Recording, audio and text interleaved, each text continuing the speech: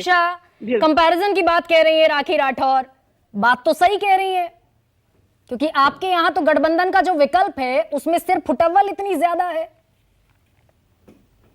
देखिए, जो गठबंधन के खिलाफ आज बात कर रहे हैं, उन्हीं की बौखलाहट ऐसी हो गई थी कि जब इंडिया अलायंस बनाया था तो एक दिन में इनके पास चार ही जितने इनके साथी थे, अलायंस पार्टनर्स, 4 से 40 कर दिए एक दिन में। और आज कह रहे हैं कि नहीं, गठबंधन की सरकारें नहीं चल सकती। देखिए, जो लोग समझते हैं वो हमें बात करनी होगी। लोगों को कौन सी पार्टी आती है, कौन सी जाती है, उससे मतलब नहीं है।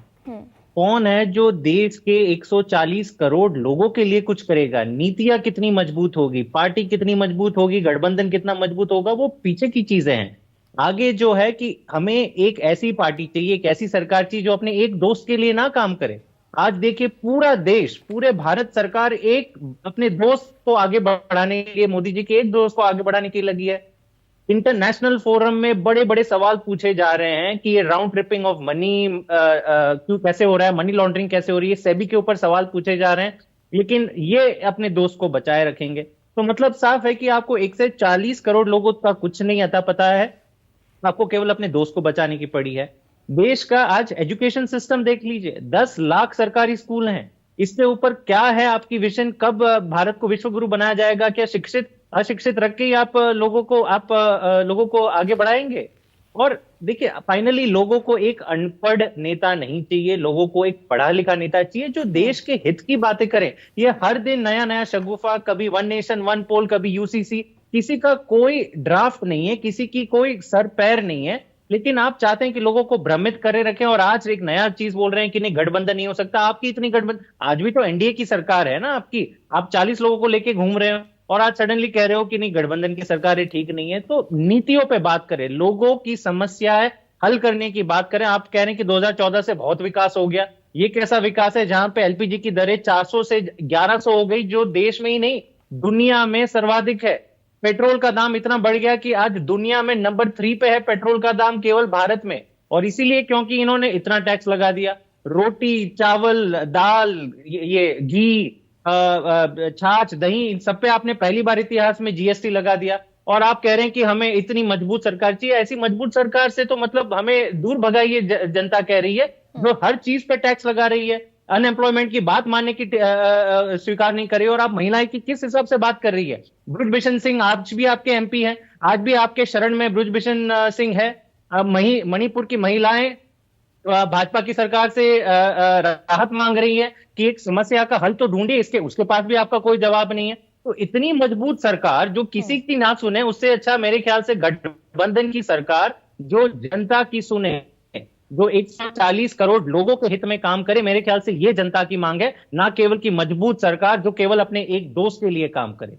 राखी राठौर, निरंकुशता का खतरा पैदा होता है क्या? आप स्पेशल सेशन बुला लेते हैं, राय मशविरा नहीं करते, ऑल ऑफ सडन नोटबंदी हो जाती है, ऑल ऑफ सडन जीएसटी लागू हो जाता है, all of sudden one nation one election पर कमेटी बन जाती है जिसमें भले ही विपक्ष का नुमाइंदा शामिल हो या ना हो, तो निरंकुशता का खतरा तो बढ़ जाता है। राखी राठौर, देखिए मैम, जो आपने नोटबंदी और जीएसटी की बात करी, उसके बाद तो 2019 में जनता ने का विश्वास हमको और प्रचंड बहुमत के साथ में मिला है। इसका मतलब जनता ने एक्सेप्ट किया उन चीजों को। और जहां तक जस्मिन जी अभी बोल रहे थे, जनता को सबसे, देखो, ईमानदार की बात नहीं करेंगे, सब बातें कर लेंगे। ऐसी अखिलेश जी ने सब तरह के प्रधानमंत्रियों को ऑफर दिया था, लेकिन ईमानदार को ऑफर नहीं था, क्योंकि इनके पास ईमानदारी दिखाने के लिए है नहीं। अपने शरीर के कण कण, समय के पल पल के साथ में प्रधानमंत्री मोदी जी लगातार काम कर रहे हैं। और आज की ही एक रिपोर्ट थी जिसमें आरटीआई में ये पूछा गया कि कितने दिन छुट्टी ली है। तो गरिमा जी, मैं ये आरटीआई की रिपोर्ट दिखाना चाहती हूँ। पूरे 9 सालों में प्रधानमंत्री जी ने एक दिन भी छुट्टी नहीं ली है।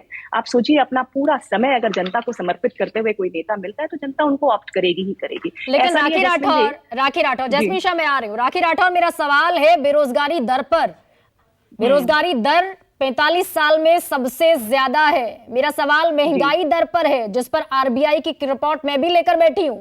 और आरबीआई की समीक्षा रिपोर्ट में यह कहा गया है कि अगले 1 साल और महंगाई परेशान करेगी। मेरा सवाल इस बात पर है कि हम प्रति व्यक्ति आय में 142वें नंबर पर है। मेरा सवाल इस बात पर है कि आयुष्मान भारत, जिसको हम प्रचारित करते हैं और अच्छी स्कीम है, बढ़िया स्कीम है, उसमें लगभग 10 लाख लोग रजिस्टर हो जाते हैं मात्र 3 फोन नंबर्स पर। हाँ मैम, मैं उसकी बात भी, वो सीएजी की जो रिपोर्ट आई थी उसमें आयुष्मान भारत के अंदर जो सबसे पहले योजना लॉन्च हुई उसमें फोन नंबर्स कंपलसरी नहीं थे। उसमें अलग अलग क्राइटेरिया थे, चाहे वो थंब इम्प्रेशन हो, प्यूपल की वजह से जो आई प्यूपल है उसको देख मरे हुए लोगों को भी जो लोग मृत हैं उन्हें भी 5 लाख रुपए का ये फैसिलिटी उन्हें भी मिलेगी, ये भी नहीं था उसमें। मैम एक मिनट, मैं क्लैरिफाई पूरी बात कर लूं मैम प्लीज। देखिए, सबसे पहली बात तो अभी भी ऐसा है कि एक परिवार के अंदर 4 लोगों का एक ही नंबर से एनरोलमेंट है, इसलिए नंबर कोई इशू नहीं था, पहले भी नंबर जो है कंपलसरी नहीं था देने के लिए। दूसरी बात, आपने मरे हुए लोगों की बात करी, उसमें हुआ क्या कि जब इसका एनरोलमेंट दिया गया उसके 3 दिन बाद में एनरोलमेंट अप्रूवल आता था, और मीनवाइल अगर जो पेशेंट है उसकी तबियत खराब है तो उसकी डेथ हो जाया करती, इसलिए कंफ्यूजन था। और देखिए, मैं तो अभी भी, मैम आप तो बहुत रिनाउंड चैनल पे हो, एक बहुत सीनियर एंकर है, इसमें ग्रास रूट तक जाना चाहिए। अगर आप सेटिस्फाइड नहीं है, जो कि क्लैरिफिकेशन आया है मेडिकल डिपार्टमेंट से, तो हमें कोर्ट में जाना ही चाहिए। अब तो कन्विक्शन पे स्टे लगने के बाद अभय जी आ जाएंगे, शायद उनको हाईकोर्ट पे विश्वास फिर से एक बार डेवलप हो गया है। लेकिन मैं अभी फिर वही बात कहूँ, भ्रष्टाचार पे जीरो टॉलरेंस के साथ में काम अगर किसी ने किया है तो मोदी सरकार ने। इसीलिए ठीक है राखी राठौर।